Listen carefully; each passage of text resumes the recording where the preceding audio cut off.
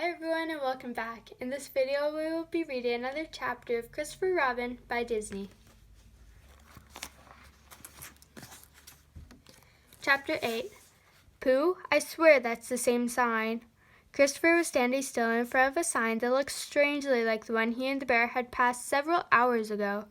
In the same childish writing was the warning to watch for heffalumps and woozles. Christopher peered closer. They groaned. It wasn't just strangely similar. It was exactly similar. It was the same sign. Looking over at Pooh, he narrowed his eyes. Are you sure we're still headed north? Let me look, Pooh replied, flipping open the compass. You haven't been looking, Christopher said, a bad feeling forming in the pit of his stomach. The bear shrugged. Not since I started following these footsteps. He pointed at the ground in front of him. Following his gaze, Christopher bit back a roar of frustration. Pooh, he said forcefully, when he had managed to compose himself, just barely. Those are our footsteps.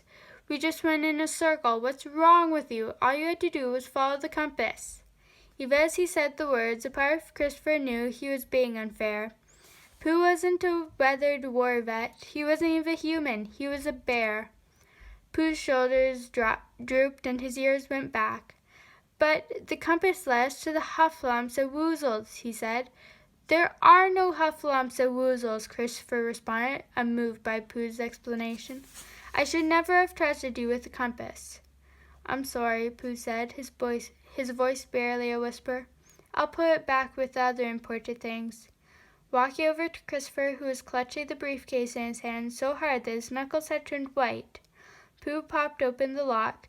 Before Christopher could even blink, the briefcase fell open, and so did the brown folder full of all his paperwork. And at the very same moment, a gust of wind blew through the woods, sending the important things flying. Christopher let out a shout and began chasing after the loose papers. They're irreplaceable. I'll never remember all of this, he said as he bent his direction, trying but failing to collect every sheet. As he pried one sheet of paper off a pricker bush, he looked over at Pooh. The bear was standing very still. For some reason, that made Christopher even more irate. Before he could stop himself, Christopher stalked over to the bear. Mean, angry words spewed from his mouth. You know what? You're right, Pooh. You are a bear, a very little brain. Do you know what will happen to me if I lose a single sheet of this? Winslow will eat me for breakfast.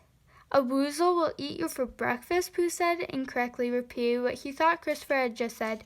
Yes, Pooh, Christopher said, his voice quivering and his eyes were wide and looking a bit crazy. A big woozle is going to gobble me up. Pooh, still not quite sure what to make of the scene unfolding in front of him, frowned. Christopher was laughing, but he didn't sound happy, and he was agreeing with Pooh, though he didn't seem to mean it. That doesn't sound like fun, Pooh finally said. What's more, Christopher let out the strange laugh that bothered Pooh. It won't be, he agreed, but that's a real world for you. There's more to life than balloons and honey, you silly bear. Why did you even come back? He looked down at the papers in his hands, wet and limp from the heavy fog. His voice grew lower and his shoulders sagged. I'm not a child. I'm an adult now, with adult responsibilities. But you're Christopher Robin, Pooh said. No, I'm not, Christopher said. I'm not how you remember me. Pooh shook his head. His friend wasn't how he remembered him.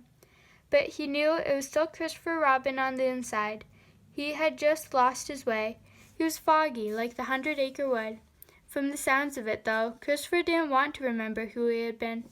I'm sorry, Pooh said as he slowly began to back up. You should let me go. For a fish in the sea. A fish in the, Christopher repeated, trying to figure out what Pooh meant. Then he realized it. It's efficiency. Stuffing the papers he had gathered back into the briefcase, he slammed it shut. When he looked up, Pooh was gone. The only thing Christopher could see was the fog still surrounding him. Christopher gulped at the silence as the silence fell over the woods. What had he just done?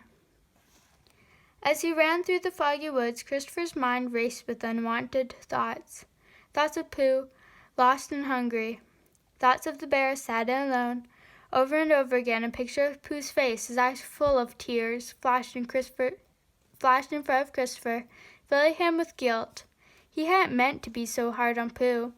If he was being honest with himself, he had said all those things because he was mad at himself, not because of anything the bear had said.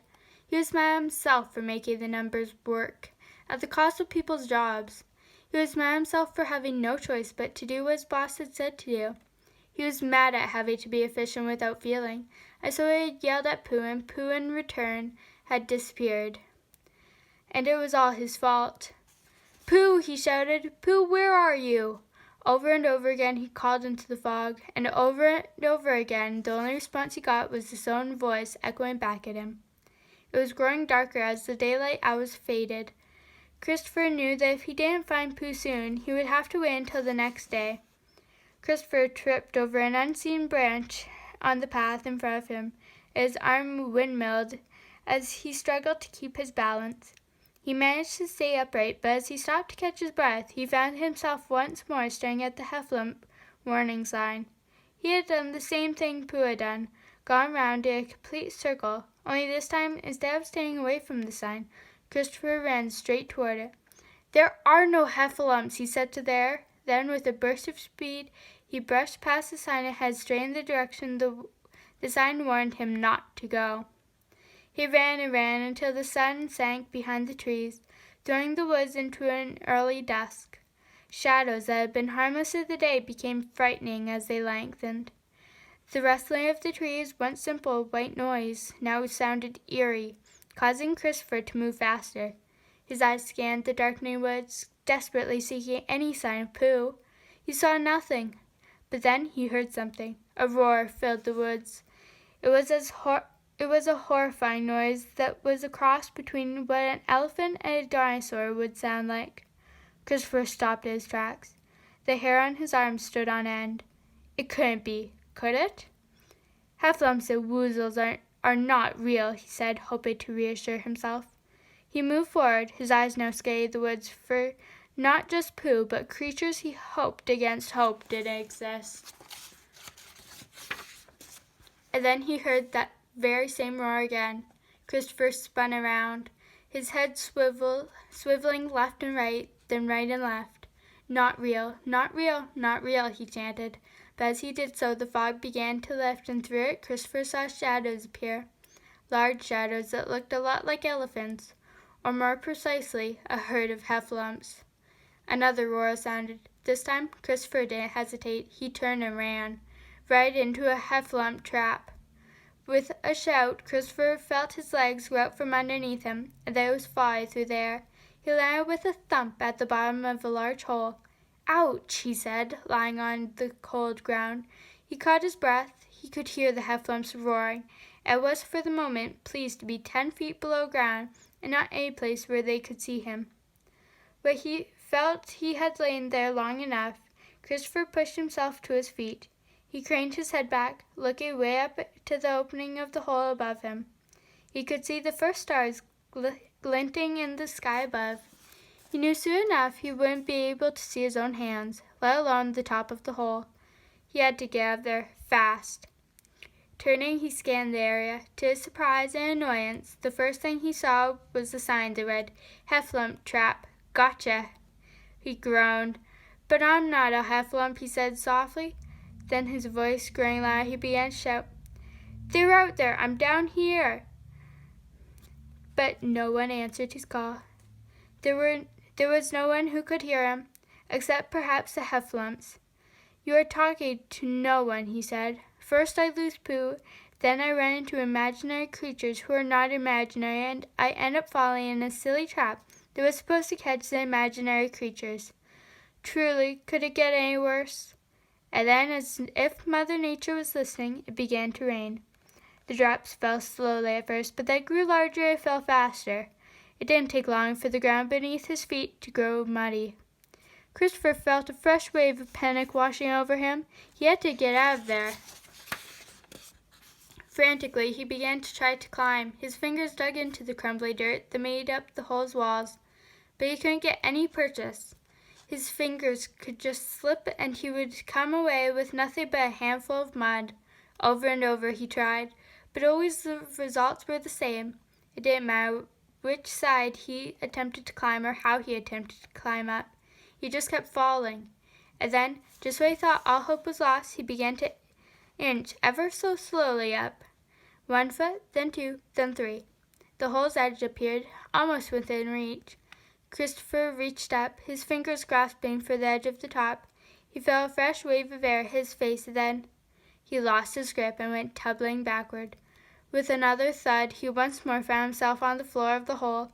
"No!" he began to shout. "Help!" As if in answer, the rain began to fall even harder. The hole was filled up with water. It was at Christopher's shins already and didn't show any signs of stopping. Looking around for anything that could help him, Christopher spotted a vine dangling from the top of the hole.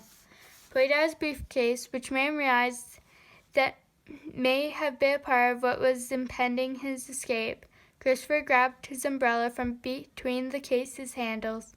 Then, standing up on top of the briefcase, he reached up, stretching the handle of the umbrella toward the vine until it just ever so slightly seemed to hook on. Yank! Christopher pulled down hard on the vine.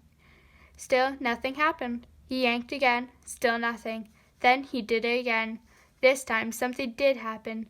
Unfortunately, it was not what Christopher had hoped. Instead of yanking the vine down, Christopher managed to dislodge a rock. The rock and the vine came tumbling down into the hole. Before he could duck out of the way, the rock slammed into the top of Christopher's head.